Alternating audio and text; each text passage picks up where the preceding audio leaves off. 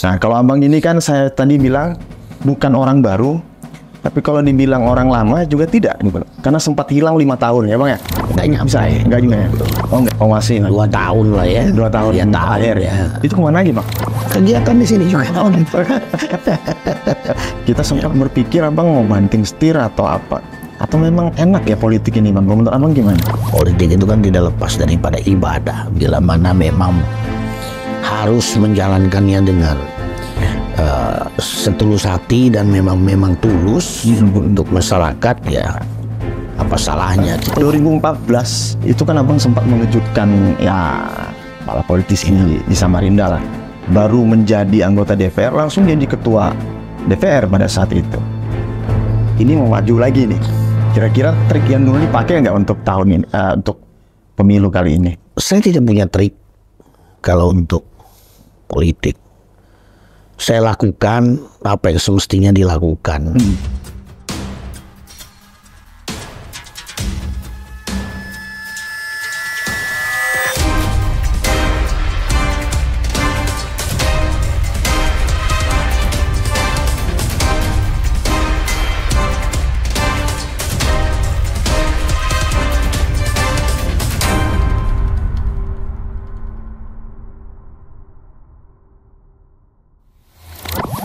Assalamualaikum warahmatullahi wabarakatuh. Selamat siang dan salam sejahtera buat sobat Busamaidi semua ya. Ini kita kembali lagi di podcast khusus kita untuk membahas tentang para calon-calon legislator atau calon legislatif kita yang akan berkancah politik di pemilu tahun 2024. Nah, hari ini kita kedatangan tamu yang lumayan ya kita anggap sangat spesial lah ya. Hari ini tamu kita di podcast ini karena ini kalau dibilang politisi baru nggak juga ini. Politisi lama sebenarnya tapi bangkit lagi kan gitu bahasanya. Ya, hari ini kita kedatangan tamu, nama beliau ini kalau yang politisi dulu di tahun 2014 2019 pasti kenal sama beliau ini. Ini kalau saya abang ya. Ya, Abang Alvan Syarif. Wow. Kalau saya sih nyebut beliau ini ketua saya. Karena ketua DPRD Kota Samarinda periode 2014-2019. Nah, kalau yang CV beliau yang lain mungkin kita kalau bahas CV nanti panjang nih Bang ya. Kita lebih banyak ya bagaimana politik ini. Gini Bang, kita langsung aja nih Bang ya. Atau abang ada mau disampaikan dulu nih ke sobat Busamaidi nih? langsung aja. Oh langsung. Baik gini Bang, ini kan kita memperkenalkan caleg nih. Ini programnya Busamaidi untuk bagaimana kita juga ikut di kancah politik untuk bagaimana berdemokrasi yang baik dan yang benar lah gitu intinya. Nah kalau abang ini kan saya tadi bilang bukan orang baru, tapi kalau dibilang orang lama juga tidak, karena sempat hilang 5 tahun ya Bang ya. Enggak nyampe. Bisa ya? Enggak juga ya? Oh enggak ya? 2019 kan? Ya. Nah, mundur jadi calon bupati itu, ya ini kan masih. Oh masih? 2 tahun lah ya. 2 tahun ya, akhir ya? Itu kemana lagi Bang? Kegiatan di sini juga. Kaltim, Medi, Masuk Kalimantan Timur enggak. Tetaplah ya berkiprah. Nah, abang ini kembali ke jalur politik. Kita sempat berpikir abang mau banting setir atau apa? Atau memang enak ya politik ini Bang? Menurut abang gimana? Bukan enak ya.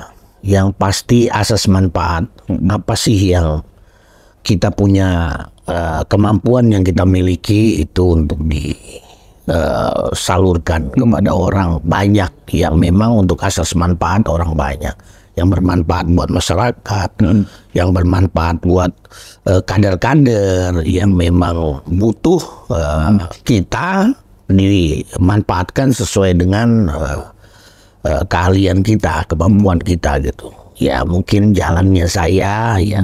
Politik itu kan tidak lepas daripada ibadah. Bila mana memang harus menjalankannya dengan setulus hati dan memang tulus untuk masyarakat, ya apa salahnya kita jalurnya abang memang habitnya memang politik ya atau gimana? Saya bisa meninggalkan politik. Saya mulai dulu tidak pernah berpikir di politik. Jadi kebetulan dulu bapak saya memang seorang politisi, mantan anggota legislatif, sampai mantan menjadi pimpinan Bisa DPR. disebut lah siapa, jadi orang tahu juga Mas. Almarhum Pak Hasan Alwi. Kan masih 3 partai bapak saya sudah di sana, tapi bapak saya partai kuning kan. Nah, kalau saya dulu tidak pernah berpikir, tapi tiba-tiba memang takdirnya di situ, sinkronisasinya di situ ya. Ada darah dengan siapa ini Bang ya? Darahnya itu tadi saya cerita. Gen.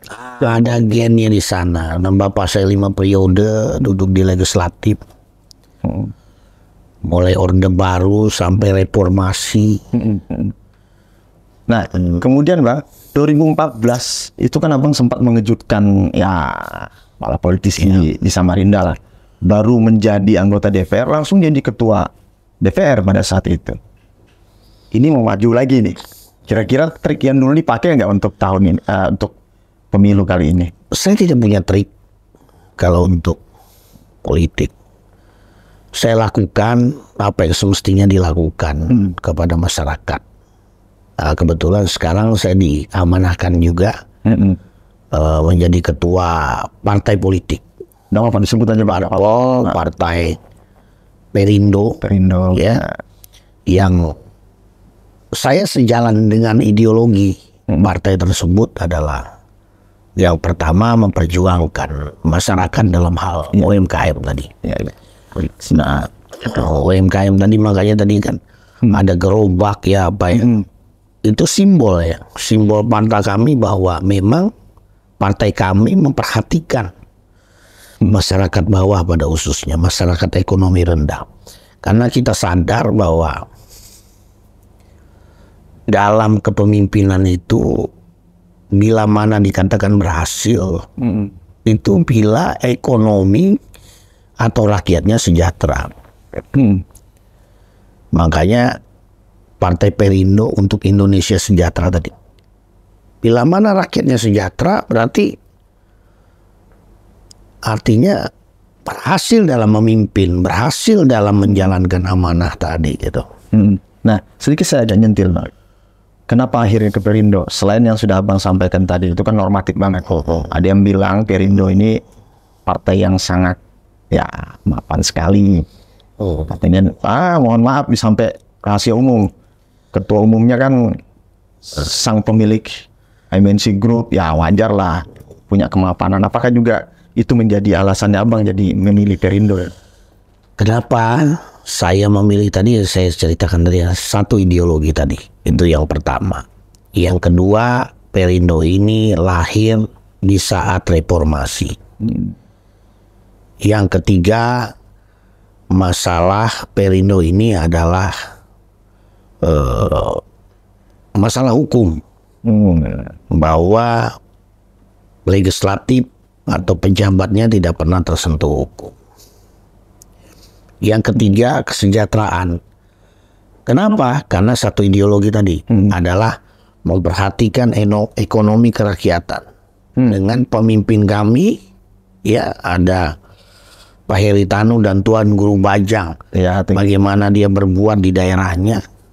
Ya, bagaimana Pak Heritanu dia bukan pejabat, seorang pengusaha yang rela mewakafkan ekonominya, nafkahnya untuk masyarakat. Banyak yang sudah dia buktikan gitu. Dengan bantuan-bantuan sosial yang sudah dia lakukan gitu. Saya tertarik bila mana saya memang harus bermanfaat di Partai Perindo, kenapa tidak? Saya wakafkan diri saya untuk menjadi manfaat di Partai Perindo. Untuk bisa membangun Partai Perindo ini untuk intinya masyarakat tadi. Abang nggak merasa mundur nggak berapa langkah gitu? Karena kan dulu Abang, mohon maaf saya sebut, Partai Golkar ketika menjadi ketua DPR di 2014-2019, setelah itu nyalek di Gerindra sempat Bang. Gerindra. Nah, kan partai yang hitungannya masuk di 5 besar. Setelah itu, mohon maaf, mundur berapa langkah nih? Atau punya hal yang lain sehingga dalam suatu pengabdian untuk membesarkan suatu organisasi, suatu partai, atau kita ibadah, berjuang buat orang banyak, Kenapa kita harus melihat itu kecil atau besar? Karena semua yang bisa dilihat besar itu sikap, Ya. proses, perjuangan. Perindo ini berjuang dari saat reformasi, lahir dari tahun reformasi, berjalan sama Golkar dulu berkarya gitu. Iya. Dari bapak saya ya, berjuang bagaimana saya lagi kecil tahu perjuangan di salah satu organisasi untuk ibadah. Bukan hanya ibadah untuk fisik, tapi ibadah juga dengan perbuatan-perbuatan sosial. Oh gitu. Nah, abang ini kan dikenal petarung nih bang ya. Kalau saya sebut itu ya. Karena kalau sempat, mohon maaf, saya sebut gagal nyalek, tiba-tiba jadi calon wakil atau bupati kemarin bang? Saya kalau caleg nggak pernah gagal. Yang di Gerindra?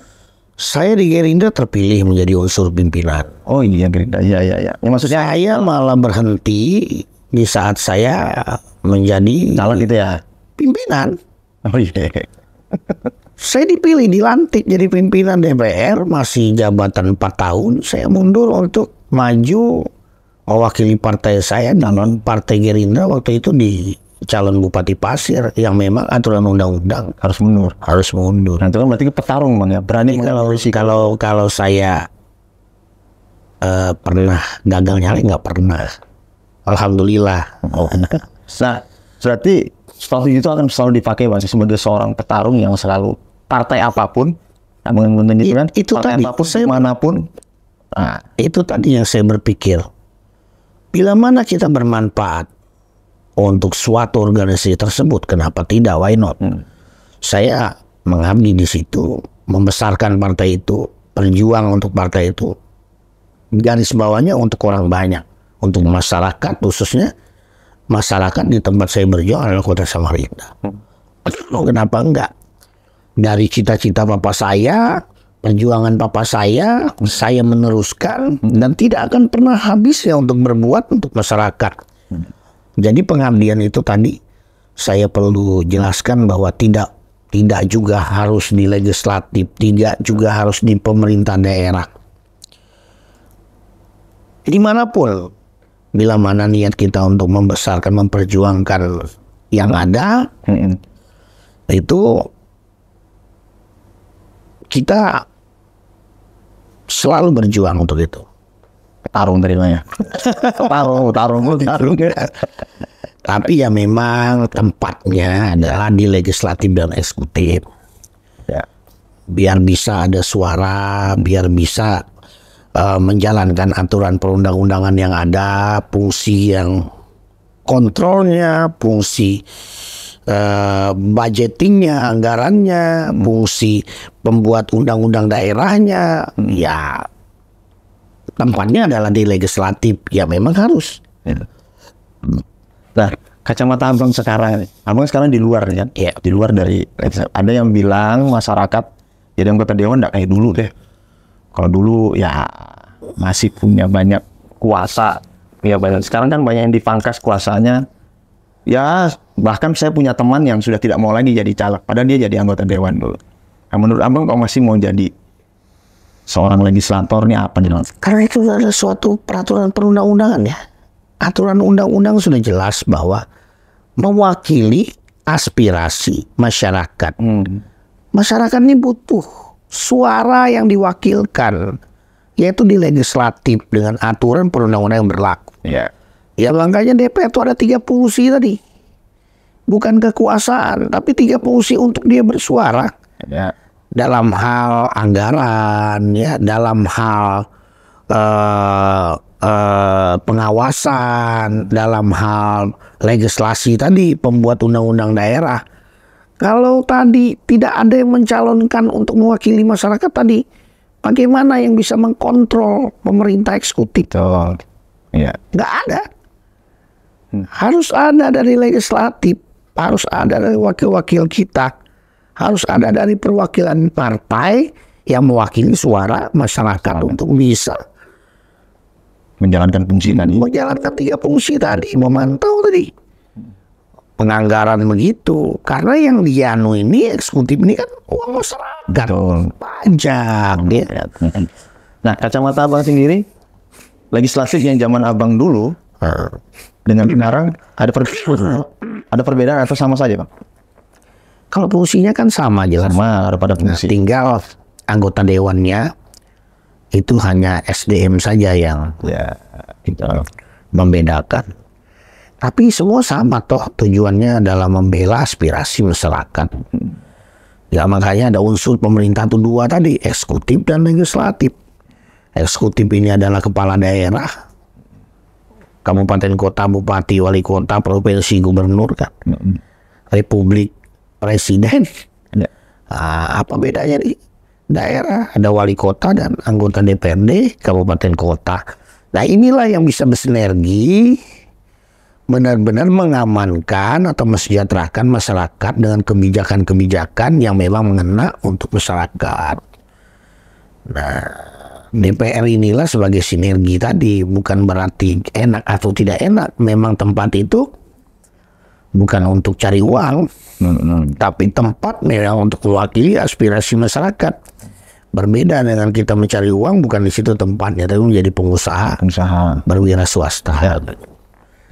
Jadi memang itu kalau enak tidak enak ya saya dengan peraturan perundang-undangan yang ada, yaitu seperti itulah DPR, 3 fungsi tadi yang harus dilakukan oleh seorang caleg atau calon anggota legislatif bila terpilih menjadi anggota legislatif nanti untuk bisa menjalankan atau mengemban amanat-amanat partai yang sudah mempercayakan mereka untuk duduk di legislatif.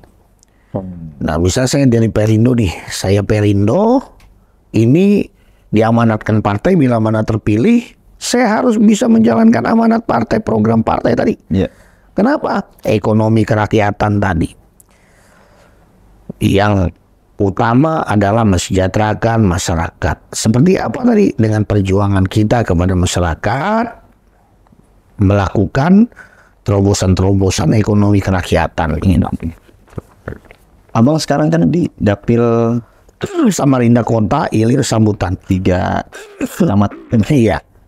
Itu dapil abang juga dulu ya, dari dulu ya Pak ya? Saya yang pertama kali di Samarinda Utara. Utara ya? Ya. Utara. Terus? Tuh.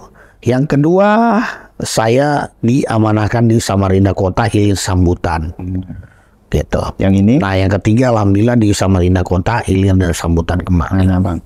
Ada yang bilang dapil ini dapil neraka, Bang. Iya. Amalan ini dulu tapi aja nih, sedang saya sebut lagi almarhum Siswadi dulu kan sangat menguasai kalau daerah hilir sana. Nah sekarang beliau sudah tidak ada ya, kita tahu PDI mungkin punya strategi yang lain. Yakin nggak Bang nih sebagai seorang petarung dan politisi ini saya bertanya tidak ada bahasan normatif, ya, yakin nggak gitu ya Bang?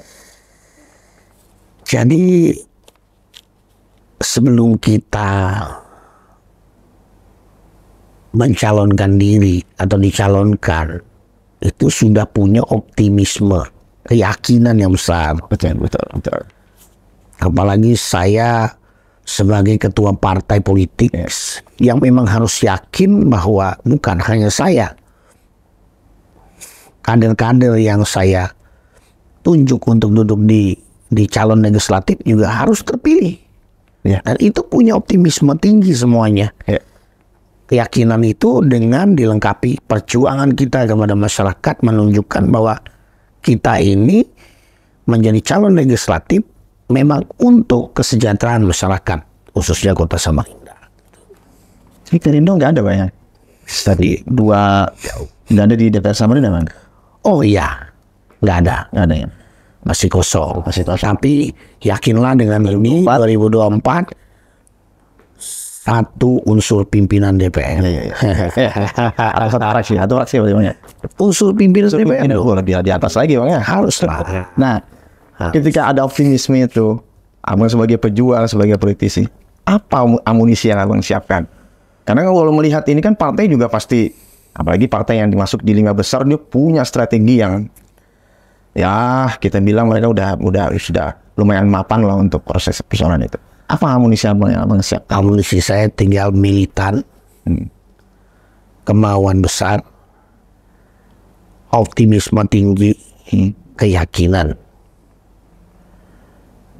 Cukup nggak ke masyarakat kayak gitu, Bang? Sangat cukup dengan bisa dipercaya masyarakat untuk mengemban amanah menjadi calon atau anggota legislatif yang akan datang. Kenapa?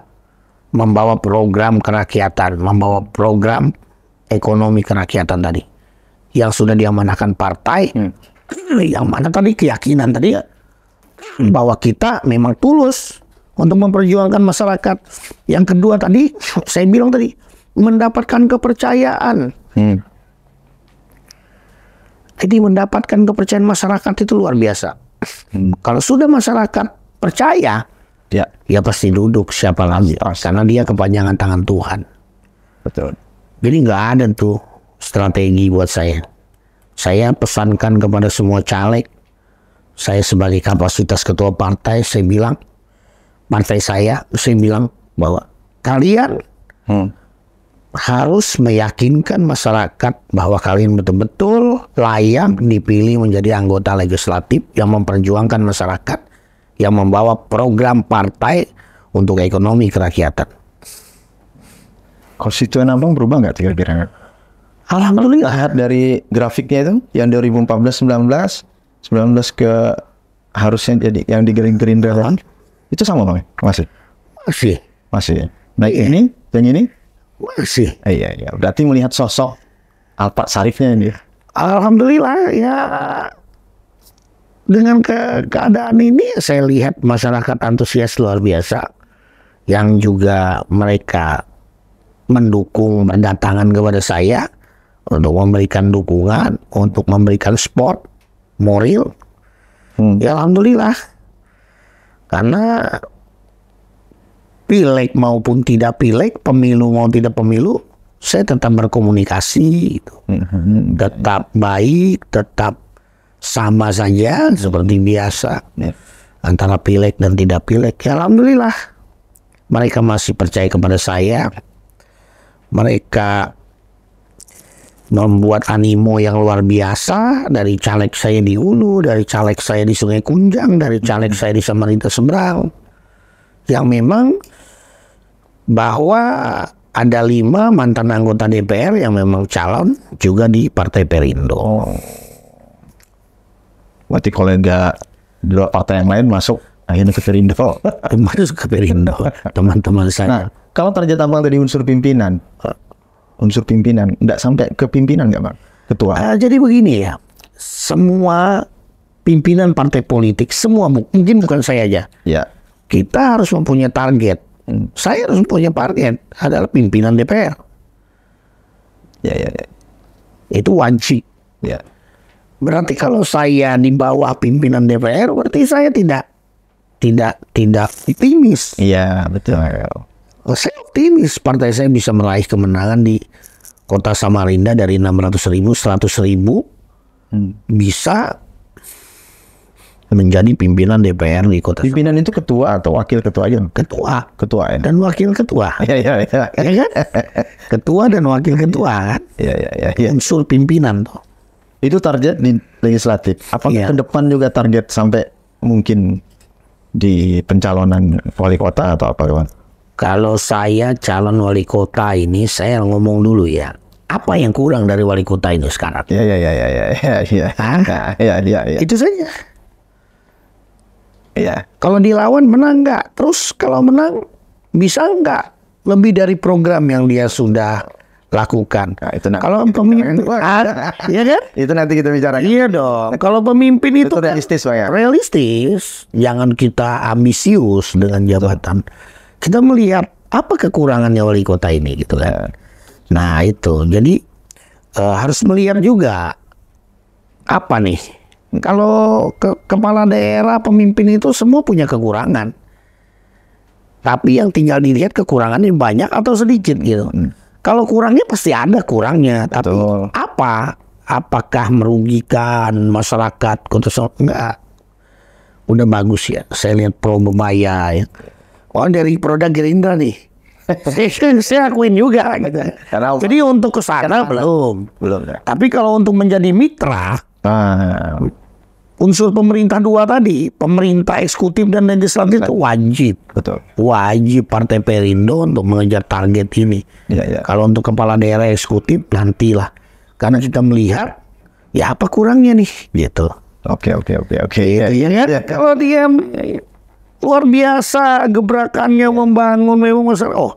Luar biasa. Malah justru harus didukung. Harus didukung. Siap jadi mitra. Ya, siapa lagi? Belum tentu yang kayak kita mampu seperti yang ada gitu. Dan itu harus diakui, bukan membela atau monoton, enggak. Realistis tadi Pak. Iya, kita punya target. Partai Perindo punya target. Kalau memang ini bisa, ya oke. Tapi ada nggak kader ya? Kalau ada mampu seperti itu, nah, tapi yang sudah ada, ya terus lanjut lah. Iya. Iya kan? Kembali ke amunisi Bang. Nah tadi kan amunisi, mohon maaf saya sebut lagi, masih normatif. Amunisi dalam artian tanda kutip, ya strategi yang lebih ke menjurus langsung ke masyarakat. Kan masyarakat biasanya kadang-kadang mintanya macam-macam Bang. Itu ada yang minta A, minta B, nanti minta jalan lah, minta ini dibangunkan atau Abang menghadapi gitu gimana? Ini pesta.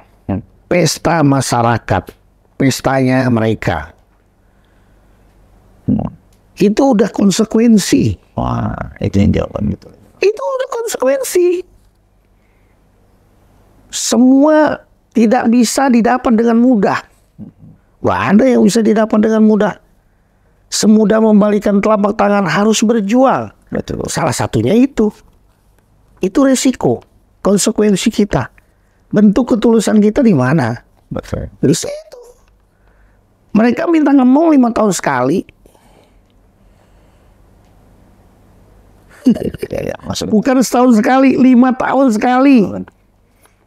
Wajar. Kalau mereka minta sesuatu, misalkan bukan money politik ya. Bukan. Saya klarifikasi nih. Lagi-lagi realistis kan? Misalkan Pak ajak dong kita makan. Ini wajar 5 tahun sekali. Iya. Kalau jadi per 3 bulan untuk reses. Apa nih yang mau kalian bangun? Apa keluhan kalian? Apa kegiatan sosial kalian yang perlu saya lakukan? Apa agamais kalian? Masjid mana yang saya harus bantu? Kan gitu. Jalan apa yang harus saya perbaikin strukturnya? Drainase apa? Penanggulangan banjir ya? Kalau saya lihat pimpin sekarang nih, gebrakannya luar biasa juga nih. Nah, tinggal kita mengawal dia, mengawasi. Supaya indikasi yang macam-macam itu tidak ada gitu. Memang bentuk tepat sasaran gitu. Jadi kalau masyarakat minta-minta, maksudnya bukan minta apa ya, bentuk perhatian. Ya nggak apa-apa.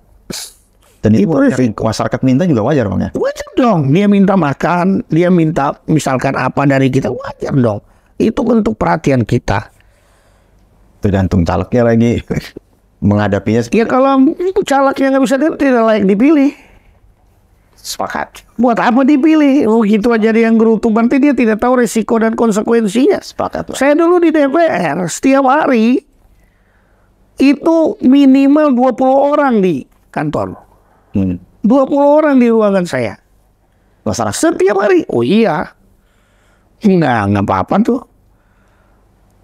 Kalau mereka curhat kepada kita diskusi, wajar. Atau mereka kepingin diperhatikan oleh pemimpinnya yang dia pilih gitu. Oke Pak. Misalkan curhat apa gitu ya, Pak saya ini ada problem nih. Memang tujuannya kan kita mewakili aspirasinya.